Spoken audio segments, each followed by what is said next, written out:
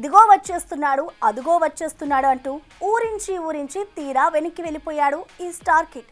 అయితే వెనక్కి వెళ్ళింది వేగంగా ముందుకు వచ్చేందుకే అన్నట్టు తనను తాను సరికొత్తగా మలుచుకోబోతున్నాడని, కొంచెం లేట్ అయినా లేటెస్ట్గా రంగంలోకి దిగబోతున్నాడని వస్తున్న వార్తలు ఇప్పుడు మూవీ లవర్స్కి మంచి బూస్టప్ ఇస్తున్నాయి.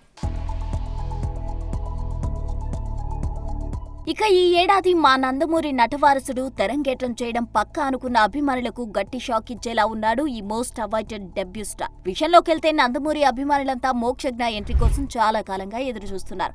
ఈ ఏడాది మోక్షు ఎంట్రీ ఉంటుందని, హీరోగా ఓ సినిమా చేయడం ఖాయమని అనుకున్నారు. ప్రశాంత్ వర్మతో సినిమా పూజా కార్యక్రమాల వరకు వెళ్లి ఆగిపోయింది. అయితే తాజాగా వినిపిస్తున్న వార్తల ప్రకారం మోక్షజ్ఞ ఎంట్రీ ప్రశాంత్ వర్మ సినిమాతోనేనని, అయితే అందుకోసం ఇంకొంత సమయం ఎదురు చూడాలని తెలుస్తోంది. ప్రశాంత్ వర్మ ప్రస్తుతం జై హనుమాన్ పనుల్లో ఉన్నాడు. అతి త్వరలోనే ఈ ప్రాజెక్ట్ పట్టాలెక్కబోతుంది. జై హనుమాన్ ముగిసిన తరువాత మోక్షజ్ఞ సినిమాను మొదలు పెడతాడు ప్రశాంత్ వర్మ.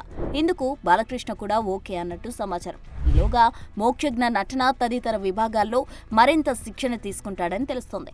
మోక్షజ్ఞ తొలి సినిమా ప్రశాంత్ వర్మతోనే అని, అందుకు ఆలస్యమైనా పర్వాలేదని భావిస్తున్నాడట మన బాలయ్య.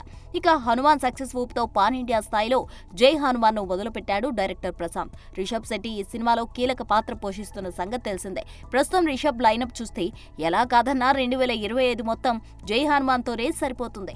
అంటే మోక్షజ్ఞ ఎంట్రీ కోసం మరో ఏడాది ఆగాల్సిందే అన్నమాట.